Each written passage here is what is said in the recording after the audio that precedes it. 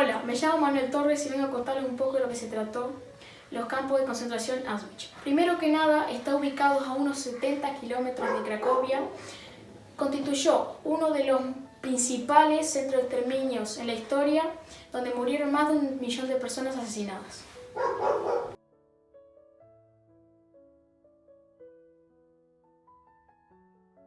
Fue construido en 1940 con el propósito de albergar a presos que ya no cabían en las cárceles.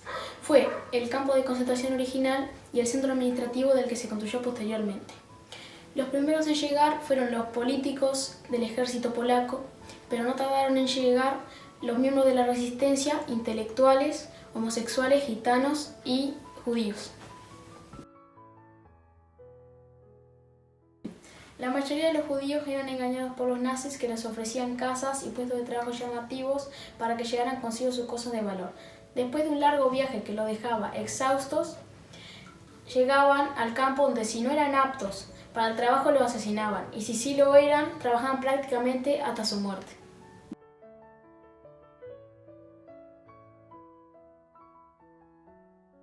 Nada más entrar, los prisioneros se encontraban con una enorme inscripción que decía Arbeit macht frei, lo que significa el trabajo hace libre, cosa que hacía pensar a los prisioneros que algún día iban a salir. El campo estaba dividido en diferentes bloques, en los que destacaba el número 11, que era donde se aplicaban los castigos. A lo largo de los diferentes bloques se encontraba una enorme exposición de cómo malvivían los presos y de los objetos que eran robados a los prisioneros cuando los asesinaban. Es el segundo campo, el de mayor tamaño que se construyó. Es el que mayor parte de la población lo conoce como Auschwitz.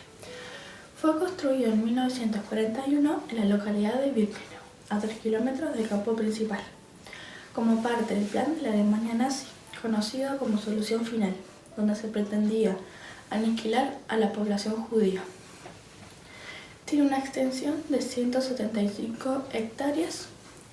Estaba dividido en secciones delimitadas con alambre de púas y rejas eléctricas. Auschwitz-Birkenau no era un campo de trabajo igual a los demás, sino que estaba diseñado para exterminar a cualquier prisionero que entre allí. Para ello, estaba equipado con 5 cámaras de gas, hornos crematorios, con capacidad de 2.500 personas. Tras llegar al campo en unos vagones de carga de un tren, en largos viajes donde no recibían agua ni comida, los prisioneros eran seleccionados.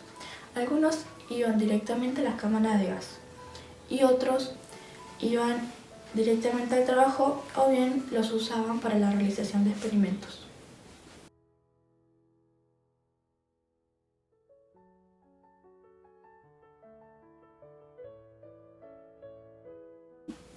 Los prisioneros no aptos para el trabajo eran llevados directamente a las cámaras de gas, donde se les informaba que debían tomar un baño y, tras dejar sus pertenencias, eran encerrados y asesinados con ciclón B. Tras morir, se revisaba que no tuvieran ninguna pertenencia de valor y luego eran llevados a los hornos crematorios.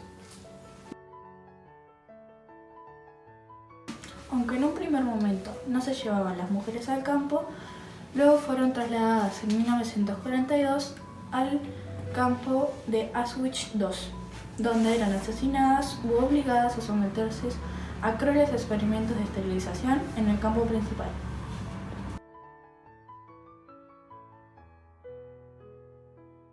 Hola, me presento, mi nombre es Natalia Fields y soy una de las restantes trabajadoras del museo. Y te estarás preguntando por qué hay tantas imágenes de fondo. Bueno, primeramente nosotros decidimos utilizar las imágenes ya que dan un mayor enfoque y profundidad al tema, y otro motivo es porque atrás de lo que se puede ver tiene un significado más grande. Y ahora a continuación les contaré un poco sobre esta imagen. Por un lado se encuentra la familia Ovitz, la cual se trataba de una familia de artistas de variedades cuyos integrantes eran en su mayoría enanos. El llamado Doctor de la Muerte, Joseph, se veía atraído por la familia, observó a los miembros más bajos con determinio, sonrió y dijo en voz alta: «Con estos tengo trabajo para 20 años más», ya que era conocido por hacer experimentos con los prisioneros en el campo de concentración. Toda la familia era cobayos para sus aberrantes prácticas médicas, que muchas veces finalizaban en la muerte. La familia obtuvo el récord de contar con la mayor cantidad de miembros con enanismo. Se transformó también en la familia más grande en ingresar a Auschwitz y sobrevivir completa.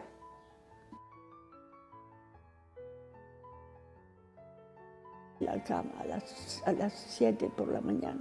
Esto era la muerte, porque cuando hay -12, -13, y no puedes más soportar porque no tienes nada, tienes este traje y el número aquí, y solo con esto teníamos que ir a trabajar.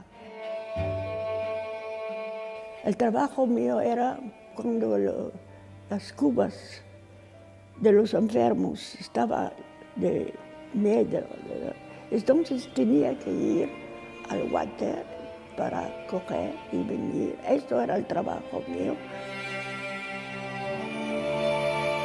Cuando bajábamos del tren, los alemanes cogían los que eran medios y me dijeron que le hacen experiencias. Cada mañana venían, los cogían y los ponían al camión, y después de 10 días ya no estaba más. Venimos de la fábrica y nos cogieron 5 y íbamos a ir a pie, con la nieve, sin pan, sin nadie. Había gente que no se querían morir. Caminaban y se caían, y se levantaban, y caminaban y caían. No se querían morir. Nos dejaron en la frontera y nos pusieron en trenes abiertos. Comíamos la nieve. Más del 50% de deportados se murieron así.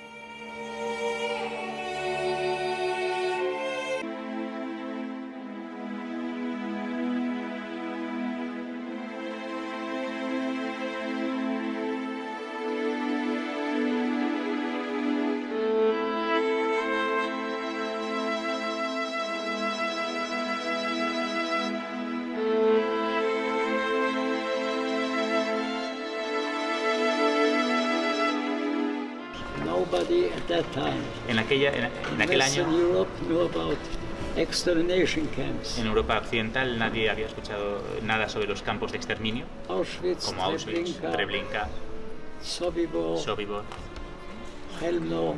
There are Kelmo. 6 of them, by the way. Había 6 campos de exterminio. Nothing is compared to this. No se puede comparar.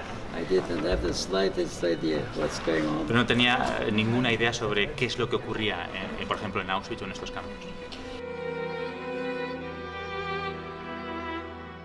We call it pajama. It's a pajama, in fact. Le llamaban pijamas. There must be a triangle with a color. Había siempre un triángulo con un color. A red was the politic. Rojo eran los políticos. The Jews had 2 triangles, a yellow and a red. Los judíos tenían 2 triángulos, Together it became the Star of David. el rojo y el amarillo, que al ponerlos inversamente hacían la estrella de David. La calidad de su uniforme, en el caso de los judíos, era peor. Los zapatos que llevaban eran de madera, como los que tenemos ahí. Los otros solían llevar de otro tipo, más cómodos. They had all the hair. We didn't have hair at all. A los judíos se les quitó todo el vello del We cuerpo. were clean shaven, and because of the undernourishment, hair doesn't grow.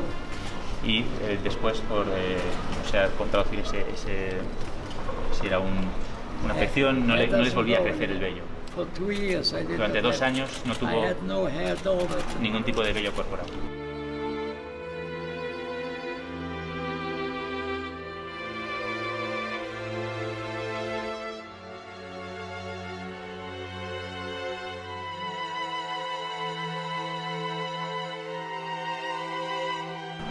I went back to find my parents. Volvió para buscar a sus padres, First to Paris, primero a París, where I did not find them, donde no les encontró, and then to Belgium, y después a Bélgica, where I did find them. donde sí que les encontró. Both my parents, both, Sus dos, tanto su madre como su padre, los encontró. were in Auschwitz, and both survived like Estuvieron me. también en Auschwitz, como él, y los dos Only sobrevivieron. family with 3 components when Auschwitz and Austria came back. Y según sus conocimientos es la única familia de 3 miembros que haya sobrevivido al completo Auschwitz. Todo empezó, creo que fue el 1 de septiembre del 39. Alemania, que ya estaba Hitler hacía unos años en el poder y que tenía muchísimo apoyo, él quería anexar a todos los... Primero quería anexar a todos los países que hablaran alemán, de alrededor, cerca de él, ¿viste? De los otros países cercanos. Tenía el apoyo de Austria también, que lo apoyó, o sea, Alemania y Austria se unieron. Y después quería anexar Polonia. No podía anexar Polonia, entonces, o sea, no quería primero declarar una guerra, entonces inventó una historia como que polacos quisieron atacar a Alemania para invadir Polonia. Bueno, ahí invadió Polonia y lo que no esperaba Hitler fue que Gran Bretaña y Francia apoyaran a Polonia. Y así empezó la Segunda Guerra Mundial. Se empezaron a anexar países. Bueno, lo que pasó, yo lo que conocí fueron mis ex suegros que eran polacos, que vivían en Polonia, en los cuales los judíos en Polonia estaban muy bien integrados porque ya hacían, no sé, muchas generaciones, 10, 12 generaciones, o sea, todos tenían sus ancestros en Polonia, o sea, nunca hubo discriminación en Polonia ni nada contra los judíos mientras era Polonia, ¿no? Y los alemanes querían encerrar todos en lo que se llamó un gueto, como barrios, ¿viste? Con casas que habían por ahí, pero no podían salir de ese barrio. Y no podían ir al cine, no podían ir a un teatro, no los dejaban entrar a pila de locales, mantuvieron sus tradiciones, pero cada vez empezaba a faltarles comida, a faltarles forma de calentarse, ¿viste? O sea, en esos barrios no les vendían afuera de esos barrios y en esos barrios empezó a escasear cosas. A todo esto empezó a idear los famosos campos de concentración, a los cuales llevaban a la gente engañada para que trabajaran, y cuando llegaban al campo de concentración los hacían bajar y ahí los separaban, los miraban y los separaban.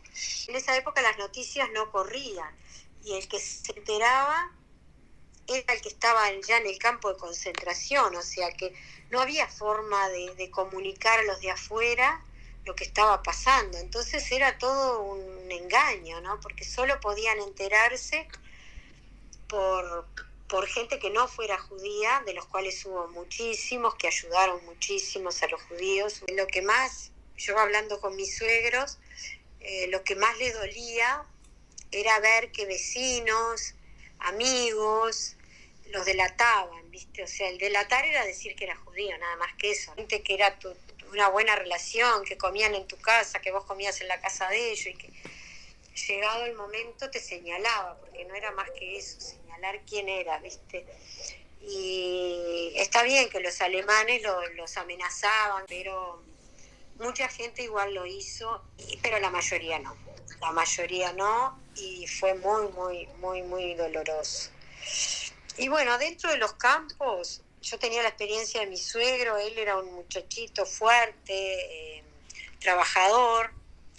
Lo llevaron a trabajar a una fábrica y él tuvo la suerte de que, como era muy trabajador y muy fuerte, el jefe, que era un alemán, medio que lo protegió en el sentido de que le llevaba algo de comida aparte, ¿viste? Lo tenía bastante bien.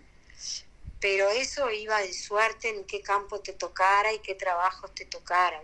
Fue horrible, horrible salir del campo, porque te encontrabas en un mundo solo, sin saber para dónde ir.